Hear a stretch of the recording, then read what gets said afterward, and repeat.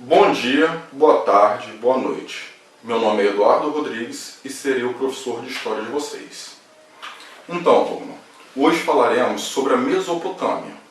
Eu fiz aqui alguns tópicos e no decorrer da aula eu vou lendo e vou explicando para vocês. Primeiro, de onde veio o nome Mesopotâmia, que no grego significa entre rios. Por que entre rios? A Mesopotâmia era uma grande faixa de terra que era cortada por dois grandes rios, o rio Tigre e o rio Eufrates. E justamente por causa disso, vários povos vieram para poder morar ali. Um dos primeiros povos a migrar foram os sumérios. Os sumérios construíram várias cidades e a forma de governar deles era cidades-estado. O que isso significa, cidade-estado? Você deve estar pensando aí. Cidade-estado significa que cada cidade tinha sua própria divindade e também seu próprio governo, chefiado por um rei. Esse rei era tido como representante de Deus na Terra. Então, justamente por causa disso, ele tinha a maior parte das terras, dos alimentos, das joias. Ali ele era o que conseguia acumular uma enorme riqueza, já que todos acreditavam que ele era o representante de Deus na Terra. Os sumérios, eles tiveram várias criações importantes, por exemplo, o sistema de canalização dos rios, que eles faziam isso para poder ter uma irrigação das suas plantas, construíram fizeram construções em formatos de pirâmide.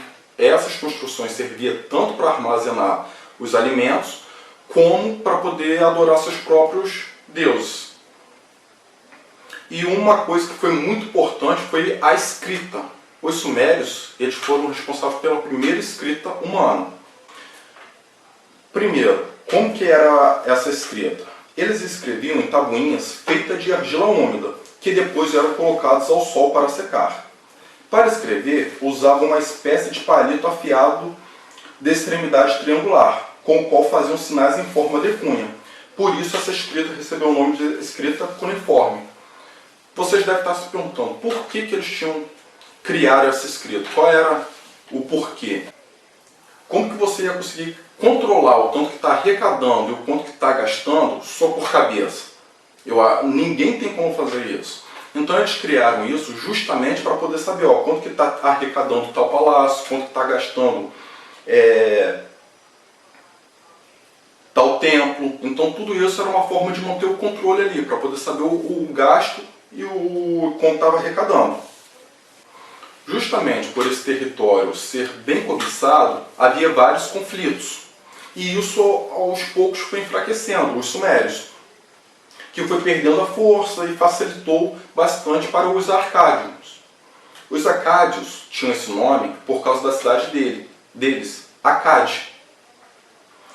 E ao contrário dos sumérios, que eram cidades-estados, o Império Acádio era o primeiro estado centralizado da região, ou seja, as cidades passaram a obedecer uma única autoridade. Antes, cada uma ali nos sumérios tinha uma forma de governar, agora dos acádios não. Eles tinham que obedecer a uma única autoridade. Porém, esse império não ficou tanto tempo no poder, porque continuava os conflitos. E também teve muita rebelião interna. Isso ocasionou na queda. Com a queda dos acádios, surgiram os povos amoritas, que era um povo semita, vindo do deserto da Arábia. Eles criaram a cidade de Babilônia, e essa cidade é muito famosa, foi muito importante para eles. O imperador deles, Hammurabi, criou os primeiros códigos de leis, que também foi muito importante, porque ele botou lá, mandou talhar na pedra todos os códigos de leis. Eu vou ler aqui duas para vocês terem mais noção de como eram essas leis. Se um médico tratou com faca de metal a ferida grave de um escravo e lhe causou a morte, ele dará escravo por escravo. O que isso significa? Se ele tentou ali tratar um escravo e aquele escravo morresse, ele tinha que dar outro escravo no lugar. Entende? Outro. Se um construtor fizer uma casa e esta não for sólida, e caindo matar o dono, este construtor será morto. O que isso significa? Se o engenheiro ali é responsável por construir a casa, ele construiu, fez tudo e a casa caiu, matou os donos, ele também seria morto. Essa daí é a famosa lei olho por olho, dente por dente. Os amoritas foram vencidos pelos assírios. Como que eram os assírios? Vamos lá. Eles tinham uma ampla organização militar, gostavam de guerra.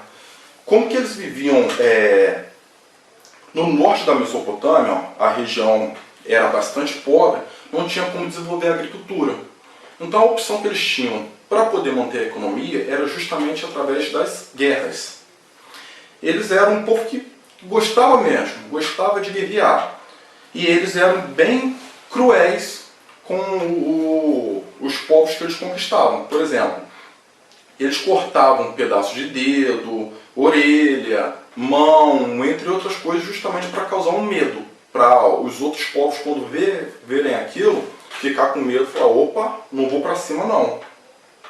Mas eles eram fracos em governar, não conseguiam unificar todo o governo. E isso, essa fraqueza, junto com as rebeliões internas, porque eles cortavam a orelha lá do escravo, mas o escravo ficava vivo, e o escravo ficava lá nervoso, falava, vou me vingar.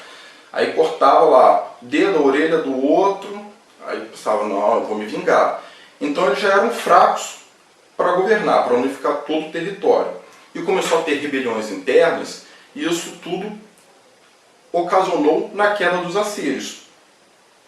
Aí surgiram os galdeus. Os galdeus também são conhecidos como novos babilônios. E eles vieram conquistando todo o território. O rei deles, que é o Nabucodonosor, coordenou a reconstrução da antiga Babilônia.